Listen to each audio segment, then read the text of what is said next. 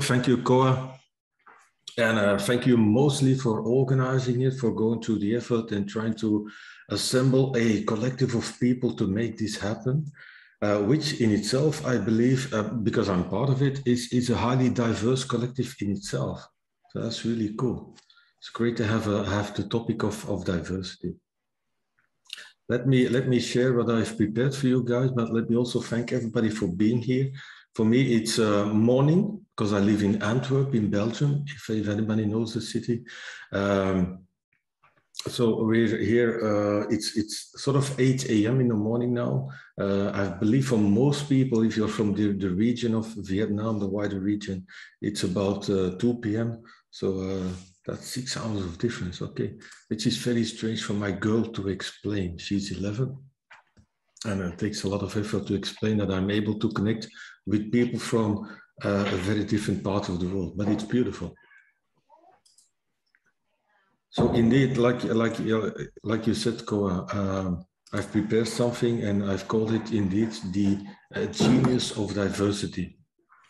Because when the topic of the event came up, diversity, I was immediately reminded of a book I read several few years ago. That book was called The Geography of Genius. And it highly inspired me because I recognized things from that book about diversity and how it adds to genius. Things that I've recognized from my work, also from society. But let me introduce a couple of things first, because when I talk about that book, The Geography of Genius, and I've transformed that into how it inspired me today to talk about the genius of diversity. Let's first clarify what I mean or not mean with the word genius. And it means that for me, genius is not about some sort of individual, moving too fast. Genius is not something about, is not what I mean with some extremely smart person. You know, the typical example that we would use is sort of Einstein figure for that. It's in this case not what we mean with genius. Genius, what we will refer to, is not often or rarely what I would call the result of formal education. Some basic education is useful, but it's not genius. What we will talk about is not just the result of formal education. And in that case, by the way, Einstein in a way is a good example again.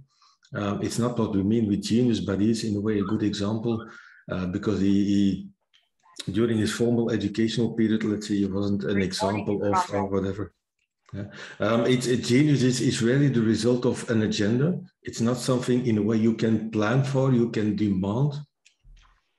And it's also, and that might be a very important insight for some organizations, it is really the result of enforcing people to go into brainstorming whatever sessions.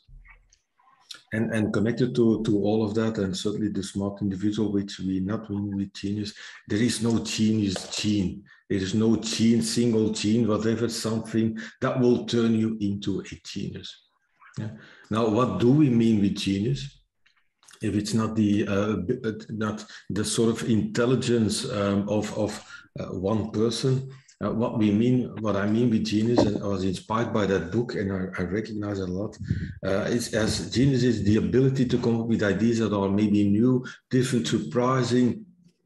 They might be potentially disruptive, highly disruptive. They deliver some sort of additional value to a team, to an organization, potentially even to society. So that is what we mean with genius. In that sense, genius is often something that emerges from groups, from collectives, from cities, from regions, maybe from countries. Genius flocks. It just connects to each other. It clusters and it pops up often in groupings. It pops up through relationships between people, communities, and so on. And genius, as it is not a gene, and it's not the result of agendas saying, oh, brainstorming, let's say today we have brainstorming sessions, and by the end of today we'll have some genius ideas. But not popping up, that's not how genius works. It is much influenced by context and environment. And I'll come back on that. Yeah. And when I was thinking about the event and the topic of diversity, although it's a Scrum Day Vietnam, I'm probably not going to talk about Scrum in itself too much, which might be strange.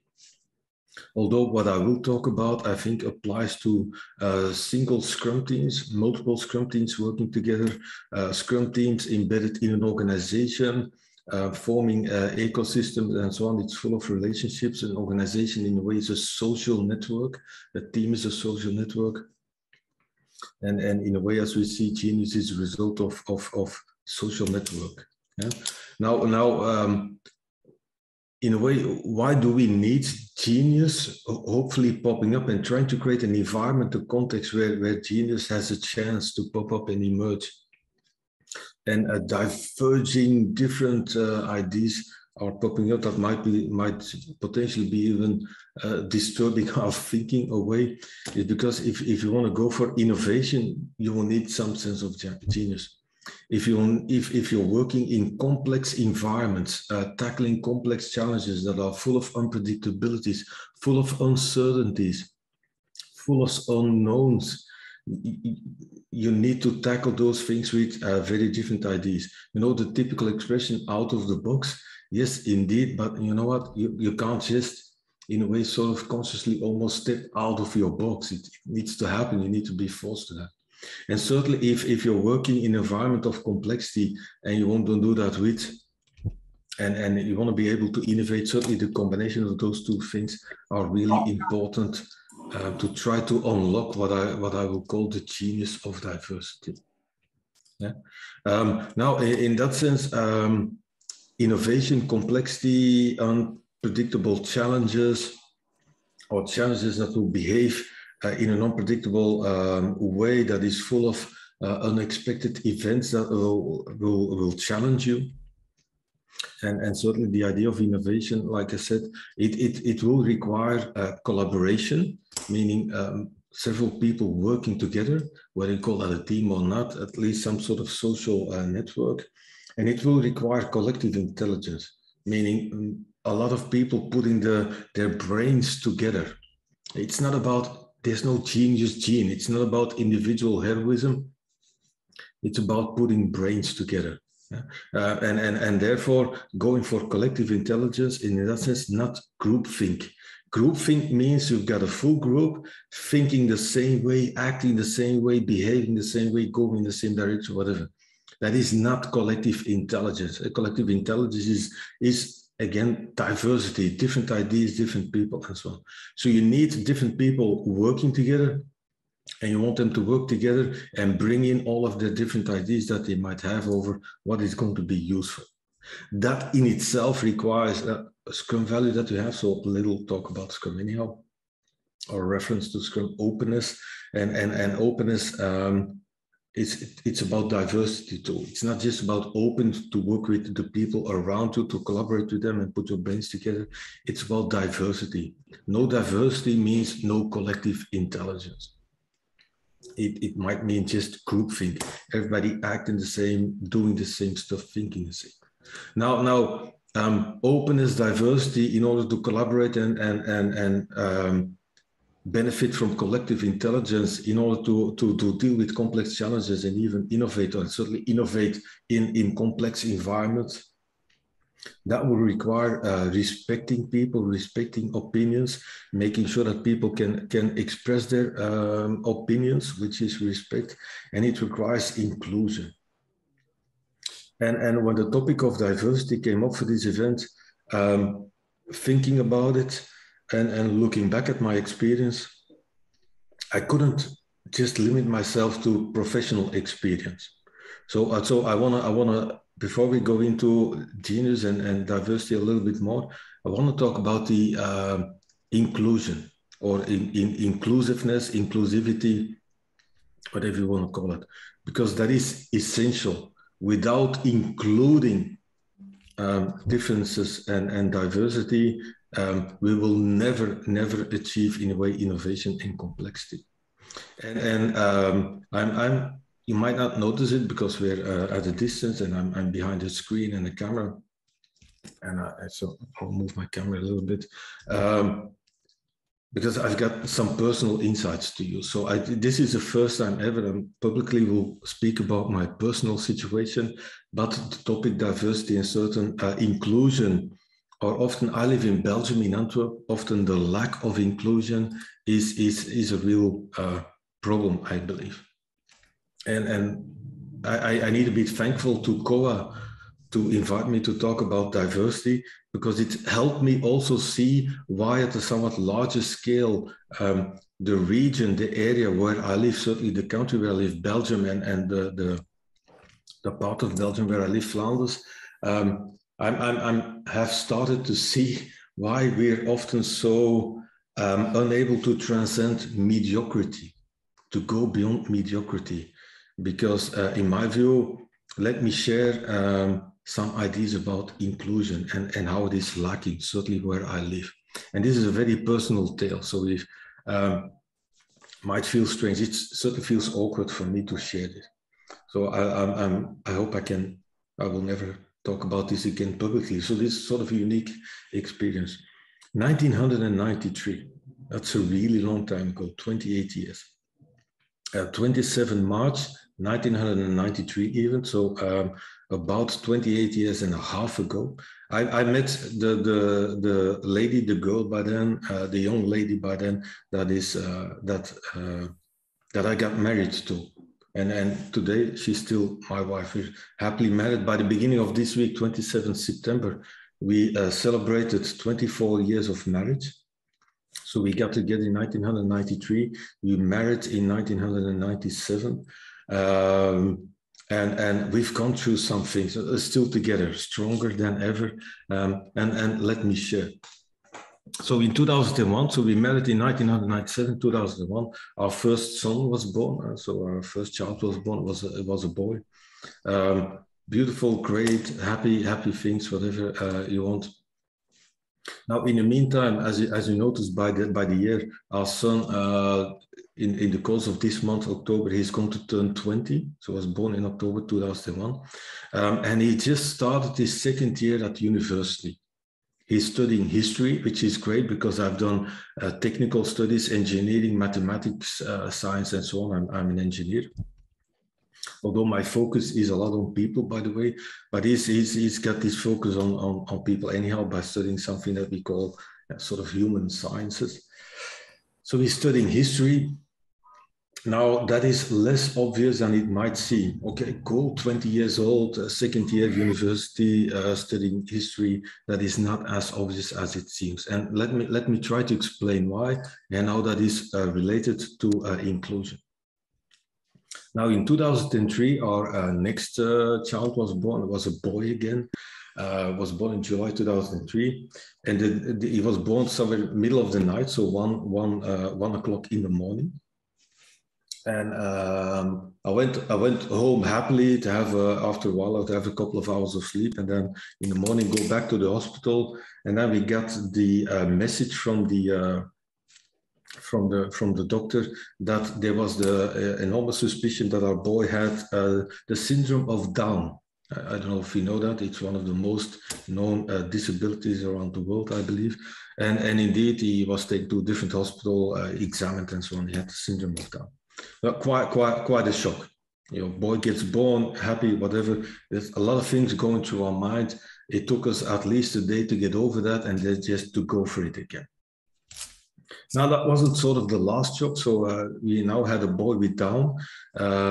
You know, in your wider network, you might have people with Down. So we had no idea what was coming towards us. Yeah. Now, that wasn't sort of the last shock, because in 2007, when our oldest son was 6 years old, he was diagnosed with something that is called DMD, or Duchenne muscular dystrophy, or in short, Duchenne. So as you know, it's or as you can understand, it's something to do with the muscles, so muscular. It's so both Down as well as Duchenne are genetic problems. So they had it as from birth, as from their conception. So our oldest boy has Duchenne, which was a quite higher shock than finding out that our second boy had syndrome of Down. Because Duchenne is a progressive thing, so it becomes worse over time. So it's something that evolves, and it doesn't evolve in a good way. To give you a little bit of an idea of what our boy has gone through, so he's going to university now.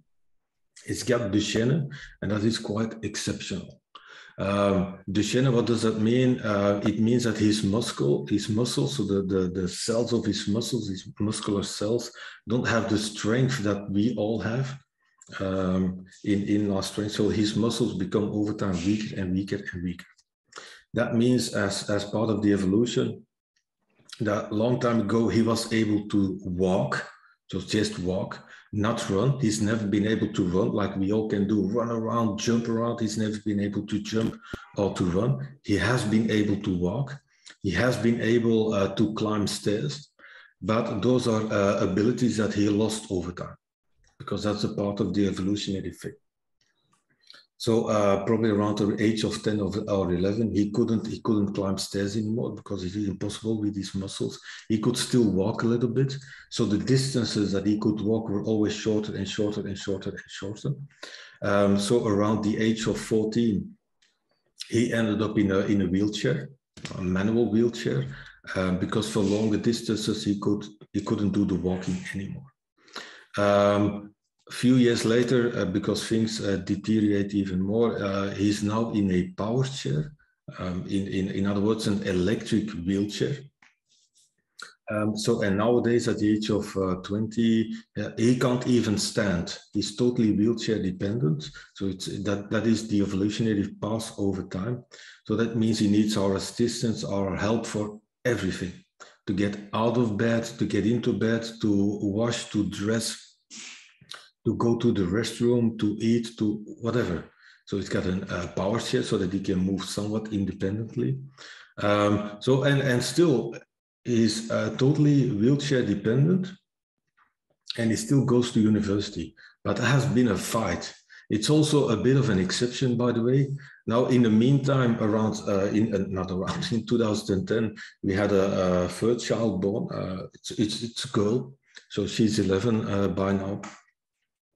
And as you can see, the gap between 2000 to 2010, part of the explanation of the gap, by the way, is, and I haven't put that on the screen, that in 2006, we also lost a little twin shortly after the conception. So my wife pregnant, and I turned out pregnant of a twin in 2006, but we lost it several weeks in the pregnancy. No, it's a different story.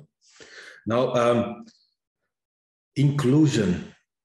We've been confronted with a lack of inclusion a lot, both for our boy with Down, but let me focus on our boy with Duchenne, because why? Duchenne is a physical disability, it's with his body, it's not sort of with his cognitive abilities. He's got normal intelligence, cognitive abilities like most of us have. He's going to university, which means he's going through normal schools. Otherwise, you can't end up with the right diplomas and so on to enter university. That is a struggle. He's the only boy, or now young man with Duchenne that we know in our full network that has gone through a normal school and is going to university. So that in already is a bad sign. He's the only guy we know with Duchenne going to university. Although he has the creative and the cognitive and the intelligence abilities to do that. And looking back, thinking about it to talk about this event, that is a struggle, a fight. Going to regular schools, although there's official guidelines from the Ministry of Education that people with physical disabilities should be able to join regular schools, it's a fight. And it has only worked out because we kept insisting, that we kept struggling, that we kept fighting, that we kept convincing schools to take him in. We've been able to keep him in regular education. Why? Because we did a lot of things as parents, meaning taking him to excursions, taking him to school, providing things with that, helping out schools, supporting schools, and so on. Now that sounds wonderful. That was already quite exceptional, because most people don't find a school to get their kids to go to school. So people, not just with mental disabilities or psychological, like our son with Down, but with physical disabilities, are often excluded from regular society. At some point in time, our oldest boy with Duchenne, he was part of the Boy Scouts movement. He was excluded. He was denied access to the Boy Scouts at some point in time. Although he was just still in a manual wheelchair, he had a lot of friends, so he was cut off from an important part of his social network, because the Boy Scout movement, the local leaders, didn't want him to come anymore because they felt it was too much work. And I can assure you, they didn't have a lot of work.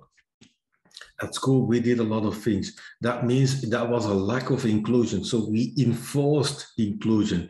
It led to all schools thinking of me as a very difficult person to talk to. Why? Because I was always, together with my wife, fighting for the rights of our boys, gave us a bad name in every single school that we went through. We ended up in university, although in the meantime, what we have learned that here in Belgium, people with disabilities are forced to only go about with other people with disabilities, because you get excluded all the time. Try to plan a holiday. Try to find a hotel, a holiday location with a boy in a power chair. Nearly impossible. Try to find a restaurant to go to without any concerns with somebody in a power chair. Nearly impossible. Try to go, just plan a holiday, a short holiday, whatever. Nearly impossible. So it's now, so what we have been able to do is to keep him in regular education. So look around you.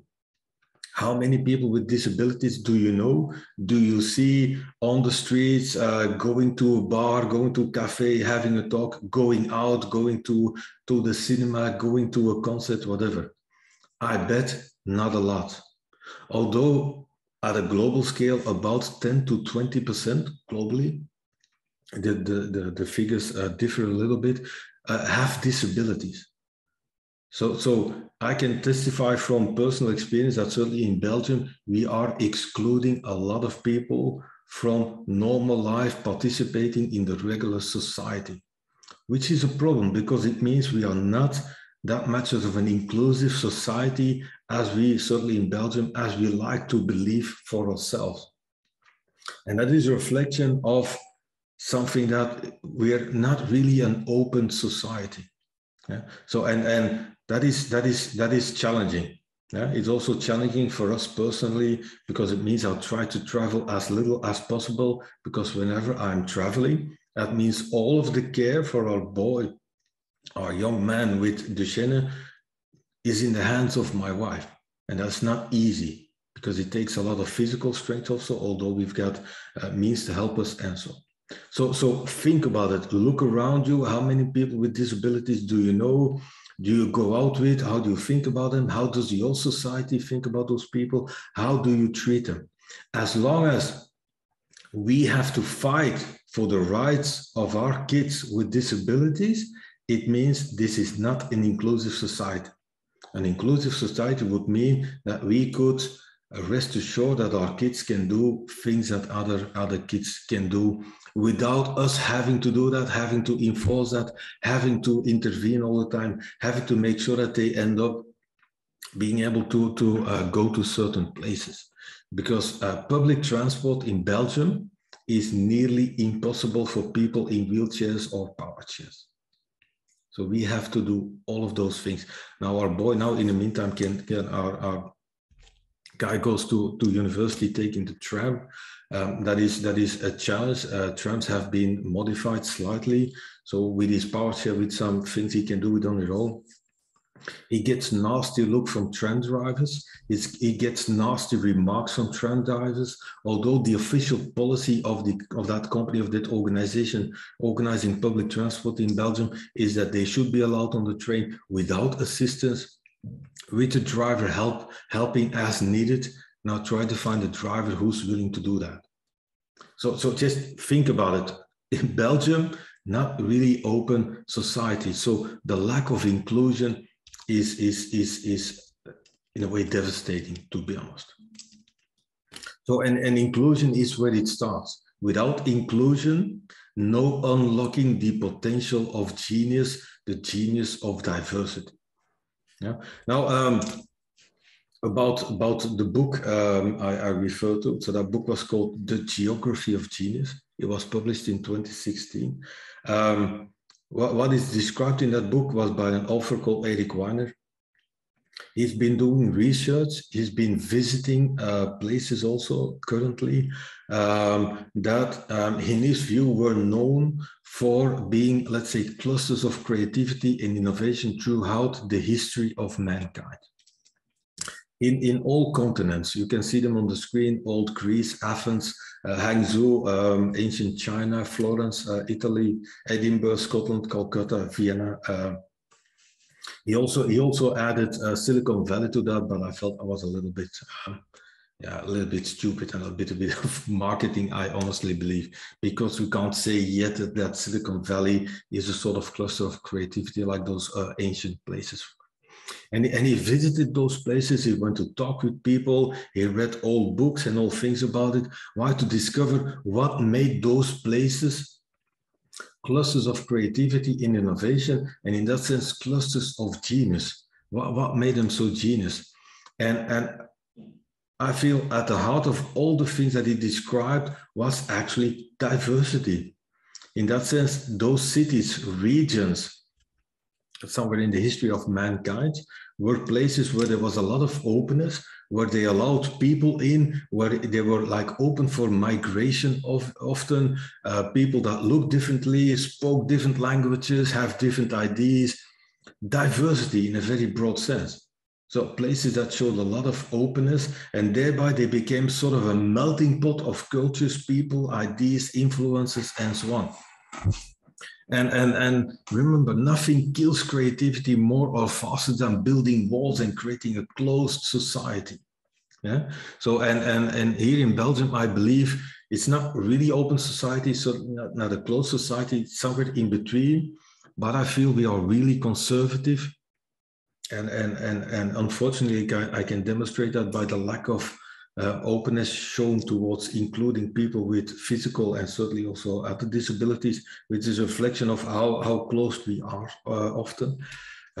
So we don't have that in Belgium. Hence, we are a very mediocre society, not producing a lot of innovation. So we will not be known in the future as such a cluster of innovation and creativity, I believe.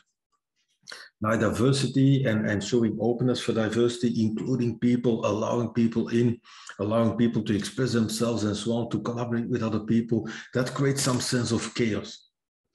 So chaos and some sense of instability is almost essential to unlock genius, innovation, and so on. And so they're tightly connected, obviously, diversity, chaos, the sense of instability. So it requires quite an ability to deal with those things. Now, the book that I'm referring to talks about societies, been sharing some personal experience about my experience in our Belgian society and wider the European region even. This applies to teams. I've seen this in teams, some sense of chaos, instability is in a way important. Just when we talk about personal lives anyhow, my wife is highly chaotic, which is beautiful. It has learned me, it has shown me a lot. I've learned a lot from it. And that's also, my wife is so much more creative than I am, because she's willing to accept, embrace, create even some sense of chaos. So I've learned a lot from that.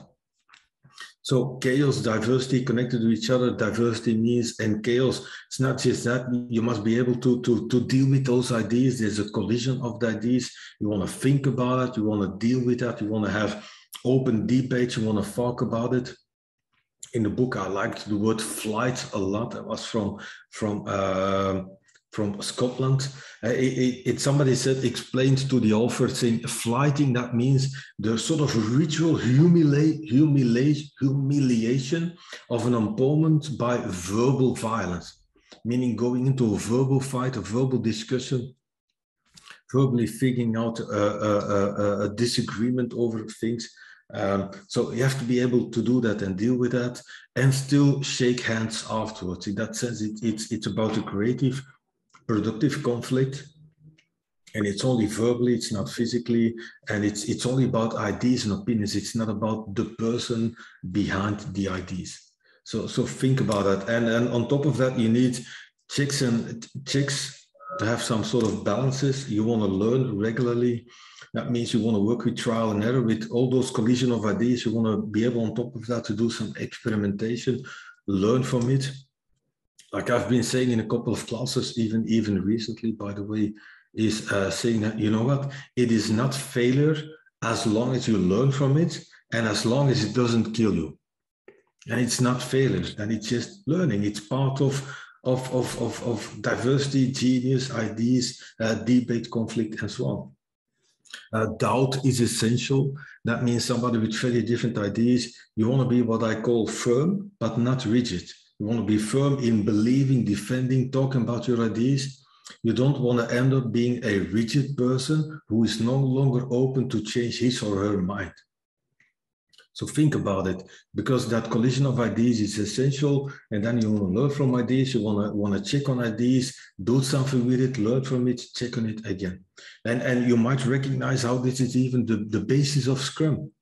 Yeah, chaos, instability because of diversity, cross-functional teams, cross-functional skills, expertise, embedded in one team, in one organization as larger part of part of the larger thing called society.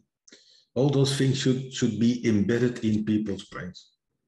I don't see that in Belgium, but maybe you do in your environment. But this is what is going to unlock genius. This is how I call this the genius of diversity, because diversity will lead to genius in the right frame, in the right context, and so on. Yeah. So all those 4 topics on top are very much connected to diversity. And diversity means a lot of things. I've personally feel, are we happy over the disabilities of our kids? No, certainly not. Has they made us a tighter family? Yes, but also a quite isolated family, because you get, as parents of kids with disabilities, you end up after a while finding out that you're only connected to other parents of kids with disabilities, because you get sort of excluded from a lot of things. You don't get invited to a lot of things anymore. You can't enter houses that have too high barriers and so on. A lot of strange things happen. Yeah? So are we really inclusive? I doubt that. So inclusion and diversity applies to more than just maybe gender and so on. Seeing our sons grow, helping them grow, has made us, as I believe, as human beings, as parents, made us richer, stronger, in a way better. And I believe that a lot of kids that have been in the classes together with our oldest son, being confronted, if you want, with somebody in a wheelchair not having their abilities and so on, has had a good impact on those people. So think about it. Why are we not trying to benefit from that in larger society? I think that in your teams, in your organization, why are we not creating environments where being different, being other than the sort of the norm, being normal according to the norm, which is, by the way, a very fluid thing anyhow. Why are we not creating such an environment? Because it will bring in different ideas, different opinions, different things. We can benefit from that. And in order to go for genius and not mediocrity, so just being average and producing average outcomes and results, and transcending that and surpassing that, we need diversity. And then in terms of such an environment, leadership, mentoring, You will recognize this, be a patron. That means support people who do that, maybe support them with funding and so on, the role of management and leadership. Be contagious in that sense, be a living example, be open to learn from others, at society, fellow citizens and so on, regardless of age. So step away from the idea of seniority.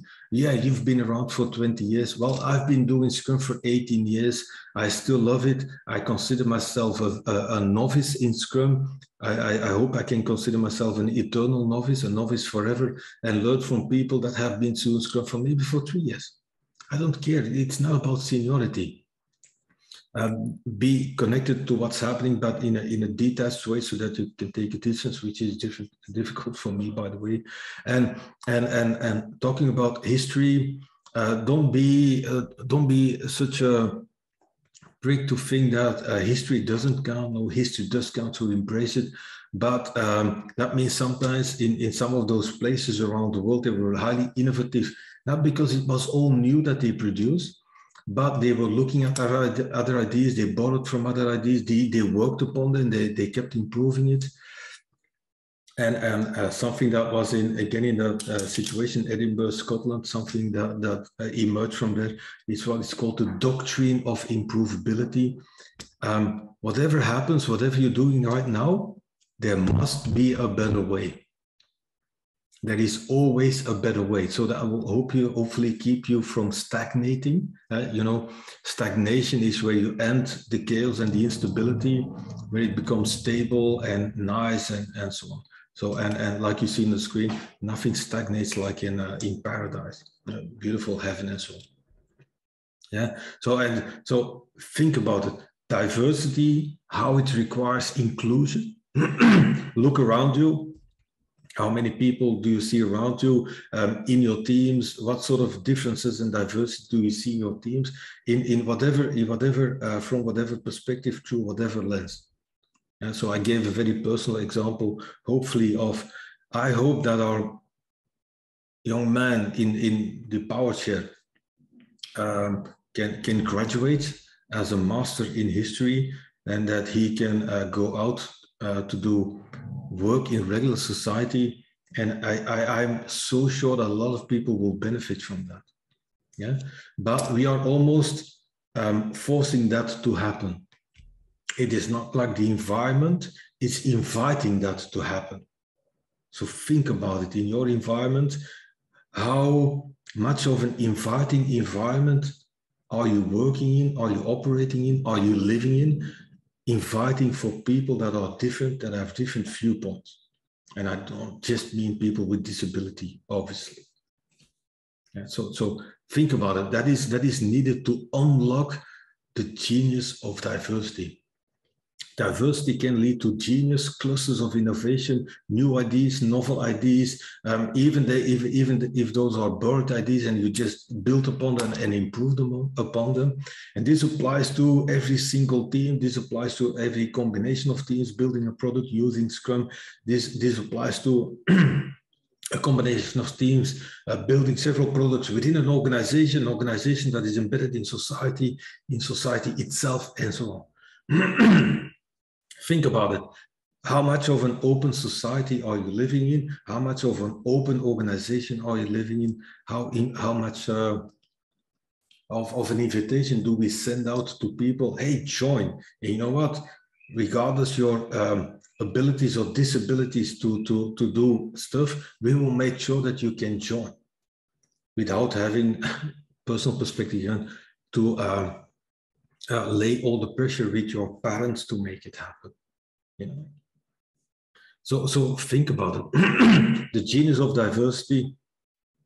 So keep learning, please. Keep improving. Keep that doctrine of improvability. It can be better. There must be a better way, and in that sense, keep scrumming, because that is what, for me, what Scrum is about. So thank you very much for listening. I hope I know there's a very, very diverse schedule agenda for today with diverse perspectives to diversity. I hope I get your minds thinking about this at least a little bit.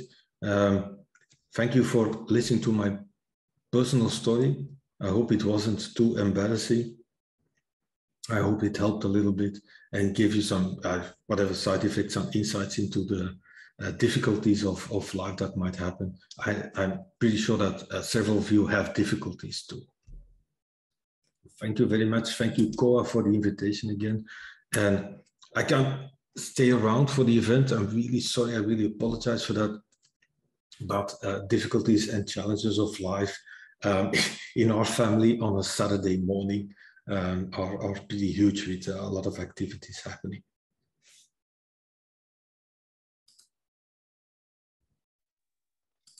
Oh, wow. Thank you, Gunther, for the inspired story. That inspired me a lot, and I believe that the people also take the inspiration inside themselves, and that can bring the value and make them think more the value on the diversity and the inclusion. That's what I'm thinking right now as well. Thank you, Koa. I did sort of, I was hoping, can I say that, to take away the idea that because we live in, I don't know, Europe, Belgium, you know, we like to call ourselves civilized. We like to call ourselves the developed countries. We've got a long way to go in terms of development. Cool. Thank you all very much. Thank you, Koa, for the kind invitation, and congratulations with the beautiful event. Yeah, thank you, Gunther. Yeah, thank you. And you know, last year I got a little bit complaint from the audience. Gunther is here. You need more time to ask the question to him. So that's why this year I give his topic longer than, and then right now I think you can ask the question or sharing what you want to ask him right now. Write your chat, or you can raise your hand and ask the question.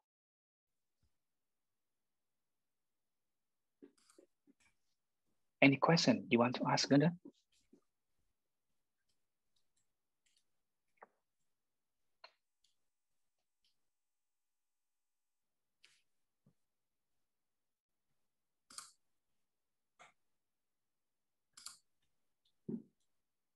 Shirley raised her hand, it seems.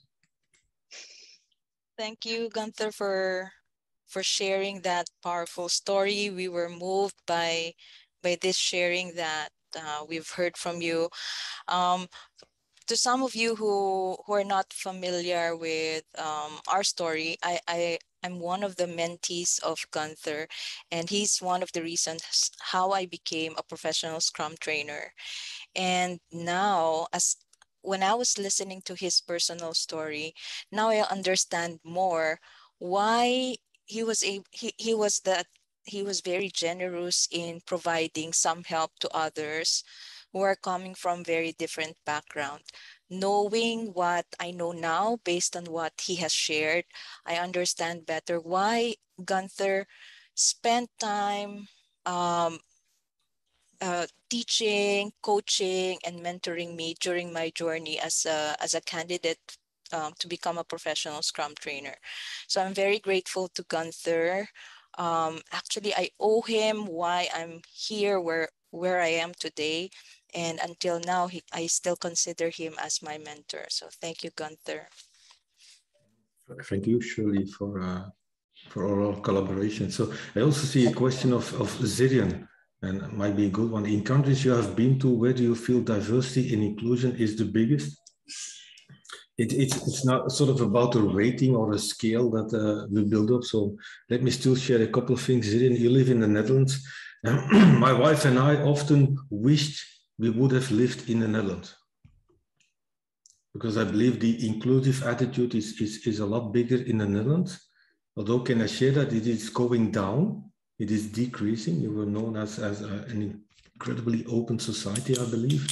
I've seen that also. Maybe that's useful for people. I don't know whether it's useful, but I'll share it anyhow.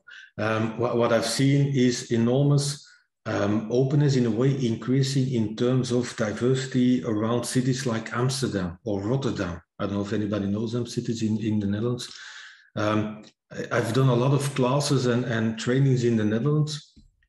And it's amazing over the past 10 years how the diversity in terms of people from around the world working in a place like Amsterdam has been increasing.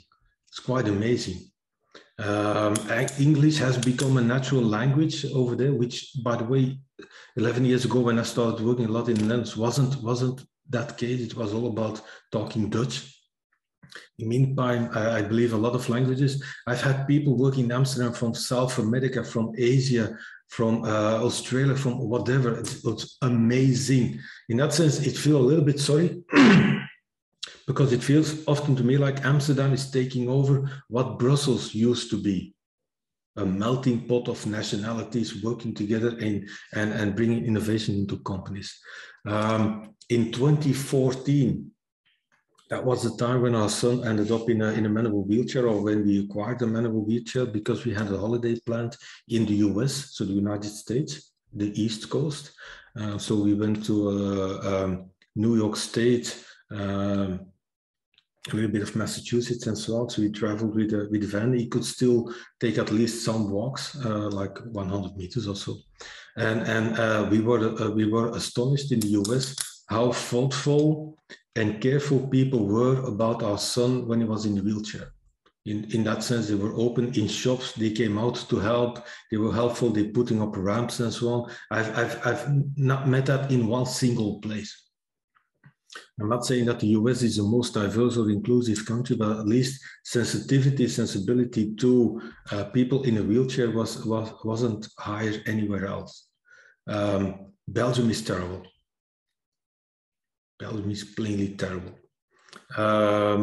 Other places, like I said, try finding a place to go on holiday. I don't know, but sometimes we wished we would have been born in the Netherlands. At some point of time, we also considered moving to the Netherlands, which in a way was vetoed by our kids themselves. No way, we're going to move. So we moved houses a couple of times, but we've gone through some things that felt excluded, so our sense of isolation isn't too great.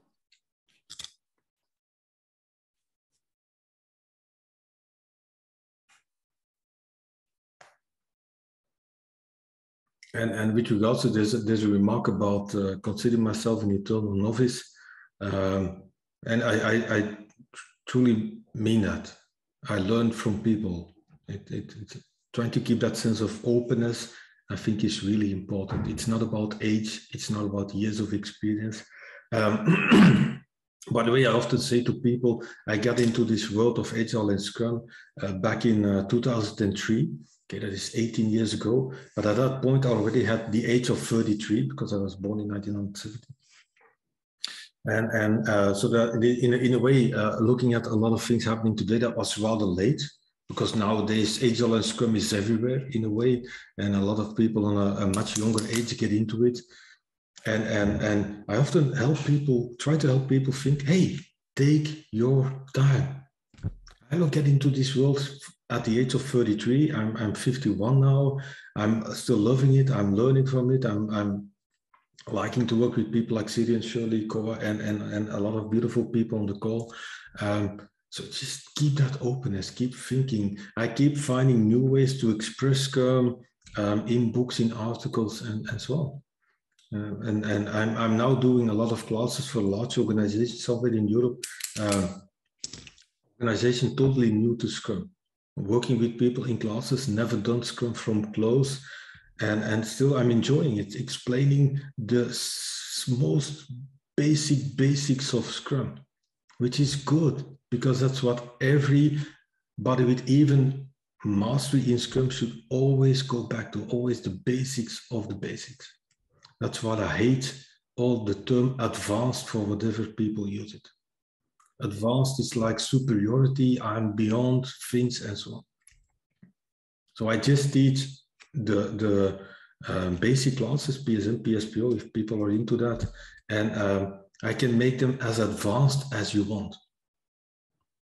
I don't need to teach an advanced class to give people some great sophisticated, I believe, insights.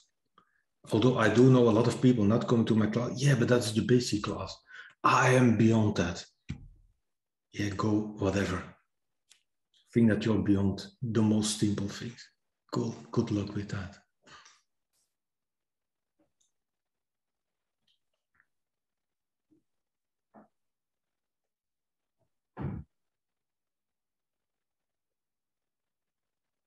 Do you have any question to ask Gunther?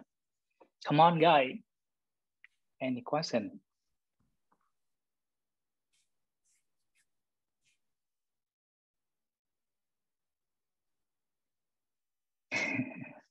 All right.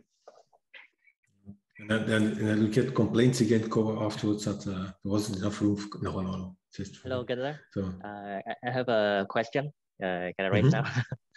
Just yes, a very interesting topic when we talk about diversity and inclusion, and especially that when we are like being agile and doing agile, but at the same time that when we approach a team, so what would be your advice to raise this topic amongst the new members?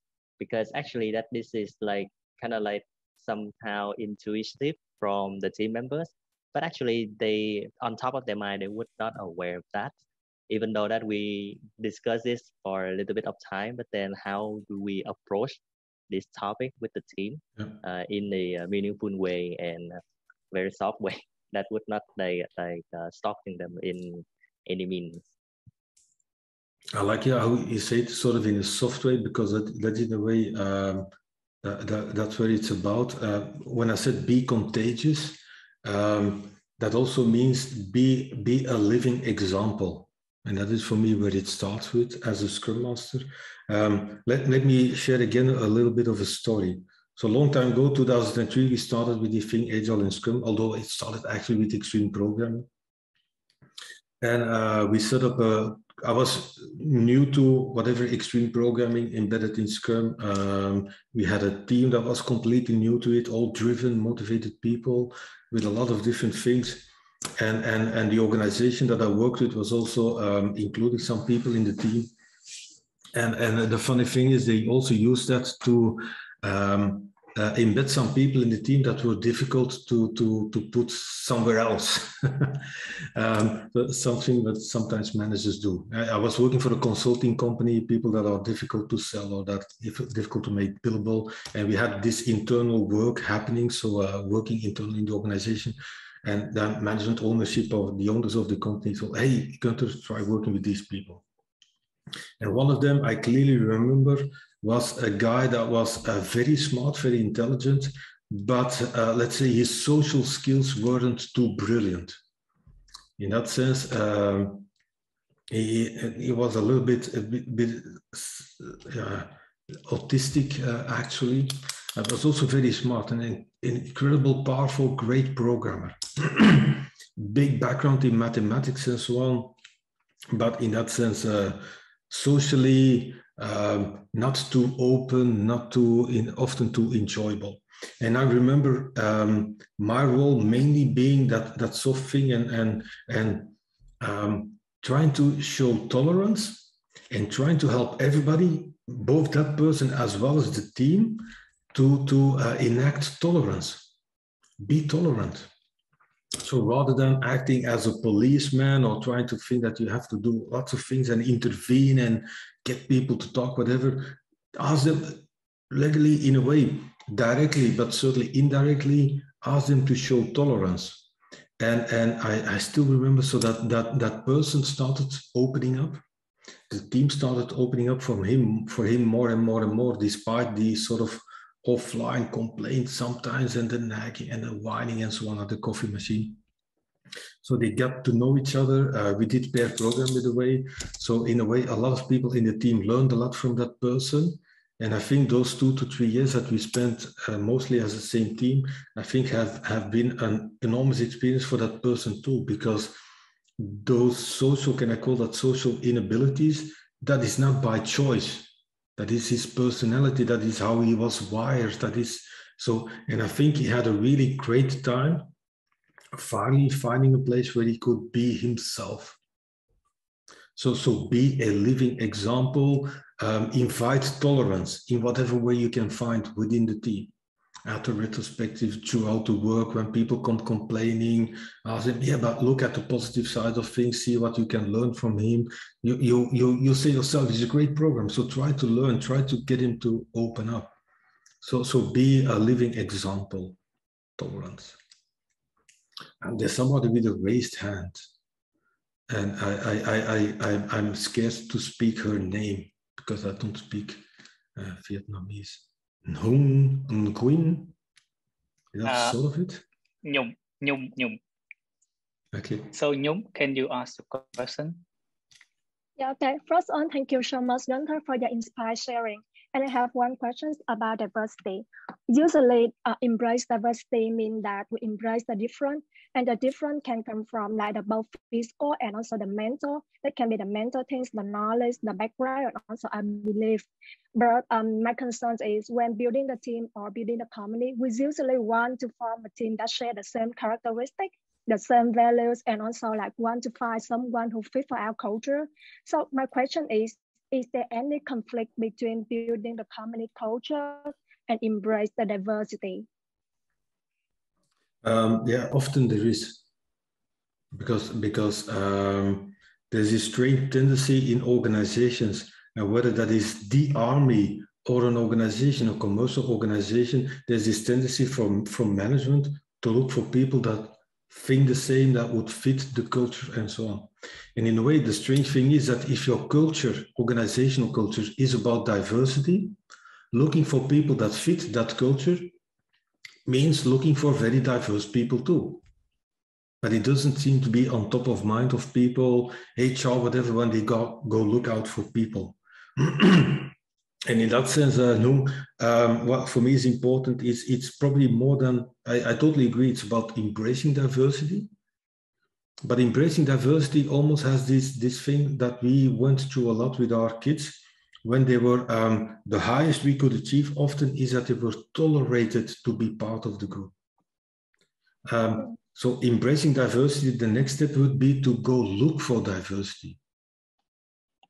Yeah, invite diversity, really look for diversity, make it a core aspect, a core trait of your organization.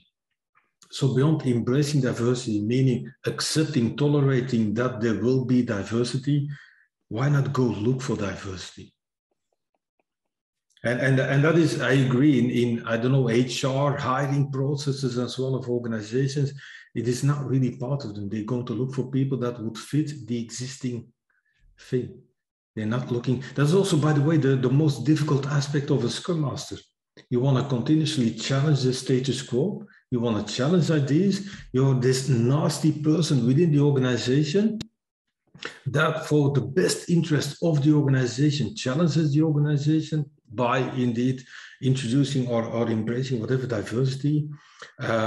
Everybody says they like it, but still, the biggest challenge probably for a Scrum Master to actually do that and still not get fired, because it is often not appreciated within an organization to be challenged for ideas, to be questioned, and so on. Although you do it for the better, for the higher interest of the company. I don't know a lot of management or leadership that like this nasty person within the organization challenging things all the time.